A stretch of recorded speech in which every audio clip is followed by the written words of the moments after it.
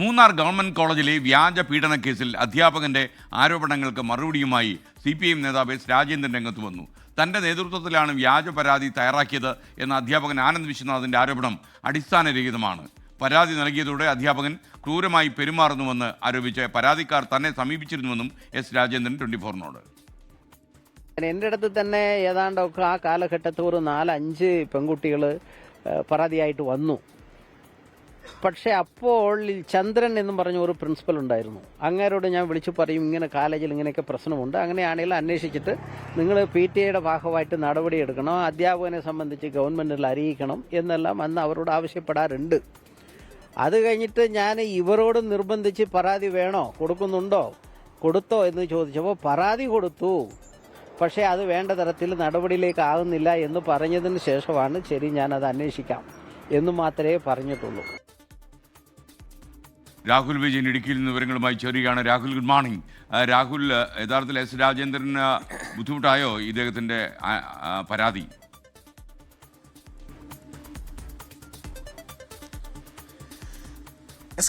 S Rajendran അദ്ദേഹത്തിന് പങ്കൊന്നുമില്ല എന്നാണ് പറയുന്നത്. പക്ഷേ അപ്പോഴും വ്യാജ പീഡന പരാതിയിൽ ഒരു അധ്യാപകൻ പ്രതിയാക്കപ്പെട്ടത് 11 വർഷമാണ്.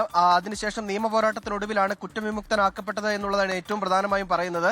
മാത്രമല്ല അധ്യാപകന്റെ ആരോപണം അത് തന്നെയായിരുന്നു. അതായത് SFI അനുഭാവികളായ വിദ്യാർത്ഥികൾ മൂന്നാറിലെ CPIM ഏരിയ കമ്മിറ്റി ഓഫീസിൽ വെച്ച് പരാതി എഴുതി ഉണ്ടാക്കി പോലീസിന് നൽകുകയായിരുന്നു. അതിൽ എസ് രാജേന്ദ്രൻ MLA ഉൾപ്പെടെ ഇടപെടുകയും ചെയ്തു എന്നുള്ളതായിരുന്നു പ്രധാനപ്പെട്ട ആരോപണം. എന്തായാലും ഈ പരാതിയിൽ ഇടപെട്ടിട്ടുണ്ട് എന്ന് എസ് രാജേന്ദ്രൻ പറയുന്നുണ്ട്. പക്ഷേ ഈ പാർട്ടി ഓഫീസിൽ വെച്ച് പരാതി എഴുതി തയ്യാറാക്കാനോ അല്ലെങ്കിൽ ഈ ആനന്ദ് വിശ്വനാഥ് എന്ന അധ്യാപകനെതിരെ ഗൂഢാലോചന നടത്താനോ താൻ ഇടപെട്ടിട്ടില്ല എന്നുള്ളതാണ് എസ് രാജേന്ദ്രൻ പറയുന്നത്. പക്ഷേ വിദ്യാർത്ഥികൾ പലപ്പോഴായിട്ട് ഈ ആനന്ദ് വിശ്വനാഥ് എന്ന് പറയുന്ന അധ്യാപകനെതിരെ പരാതികൾ ഉന്നയിച്ചിട്ടുണ്ട്. സമാനമായ രീതിയിൽ ഈ അതിക്രമങ്ങൾ കുട്ടികൾക്ക് നേരെ നടത്തുന്നതുമായി ബന്ധപ്പെട്ടുള്ള പരാതിയായിരുന്നു അത്. അപ്പോഴൊക്കെ താൻ ഇടപെട്ടിട്ടുണ്ടായിരുന്നു. അപ്പോഴും ഏതെങ്കിലും തരത്തിലുള്ള ഗൂഢാലോചനയുടെ ഭാഗമായി നിന്നിട്ടില്ല എന്നുള്ളതാണ് പറയുന്നത്. മാത്രമല്ല ഈ 5 വിദ്യാർത്ഥിനികൾ പോലീസിൽ ഈ അധ്യാപകനെതിരെ പരാതി കൊടുത്തതിന് ശേഷം തന്നെ വന്ന് സമീപിച്ചിരുന്നു.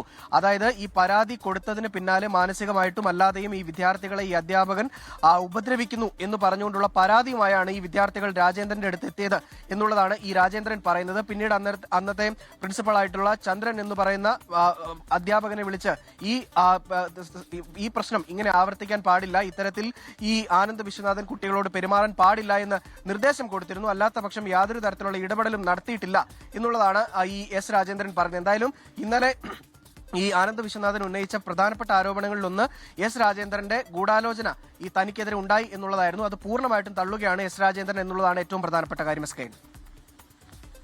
Thank you Rahul Vijayan.